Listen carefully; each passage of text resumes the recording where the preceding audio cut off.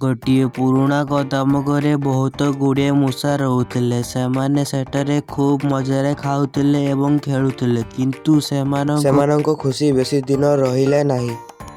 ହେଲେ ସେହି ଗୋଦାମକୁ ଗୋଟିଏ ବଡ଼ କାଳିଆ ବିଲେଇ ଆସିଥିଲା। ସେ ପ୍ରତିଦିନ ଗୋଟିଏ ଗୋଟିଏ ମୂଷାକୁ ମାରିକି ଖାଇଯାଉଥିଲା।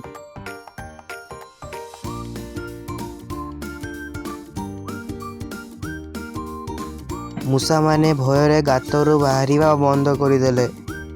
ଏହି ସମସ୍ୟା ପାଇଁ ସବୁ ମୂଷା ମିଶିକି ଗୋଟିଏ ସଭା କଲେ।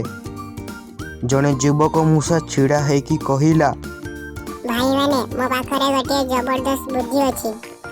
ଯଦି ଆମେ ବିଲେଇ ବେକରେ ଘଣ୍ଟି ବାନ୍ଧିଦେବା, ତେବେ ସେ ଆସିବା ମାତ୍ରେ ଘଣ୍ଟି ବାଜିବ ଏବଂ ଆମେ ସତର୍କ ହୋଇ ଲୁଚିଯିବୁ। ଏହି କଥା ଶୁଣିକି ସବୁ ମୂଷା ନାଚିବାକୁ ଲାଗିଲେ। ବାଃ, କି ସୁନ୍ଦର ବୁଦ୍ଧି ମୂଷା ଭାଇ।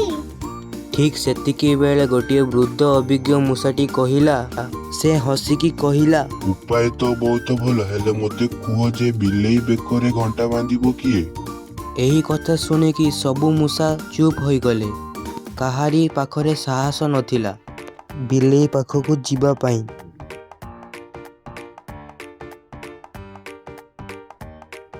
ସେପଟେ ବିଲେଇ ବି ମଧ୍ୟ ବହୁତ ଚତୁର ଥିଲା। ସେ ଦେଖିଲା ମୂଷାମାନେ ଆଉ ଗାତରୁ ବାହାରୁ ନାହାନ୍ତି। ସେ ଏକ ନୂଆ ବୁଦ୍ଧି ପାଞ୍ଚିଲା। ସେ ମରିବା ଭଳି ଅଭିନୟ କରି ଗୋଦାମ ଆଗରେ ଶୋଇଗଲା। ଠିକ୍ ସେତିକି ବେଳେ ପ୍ରଥମ ମୂଷାଟି କହିଲା, ଆରେ, ବିଲେଇଟି ମରିଯାଇଛି। ତାପରେ ଦ୍ୱିତୀୟ ମୂଷାଟି କହିଲା, ନା, ପାଖକୁ ଯାଉନି, ଏହା ତାର ଚାଲାକି ହେଇପାରେ। ତୃତୀୟ ବିଲେଇଟି ଚାଲାକି କଲା। ତା ପାଖରେ ଥିବା ରୋଟିଟି ସେ ବିଲେଇ ପାଖକୁ ଫୋପାଡ଼ିଲା। ବିଲେଇଟି ସେ ରୋଟିକୁ ପଟାକ୍ କିନା ଧରିକି ସେଠାରୁ ପଳାଇଗଲା। ତାପରେ ସବୁ ମୂଷା ଭାବିଲେ ଯେ କେବଳ ଯୋଜନା କଲେ ହୁଏ ନାହିଁ, ସାହସ ଏବଂ ସତର୍କତା ମଧ୍ୟ ଦରକାର। ସେମାନେ ସେହି ଗୋଦାମ ଛାଡ଼ି ଅନ୍ୟତ୍ର ପଳାଇଲେ।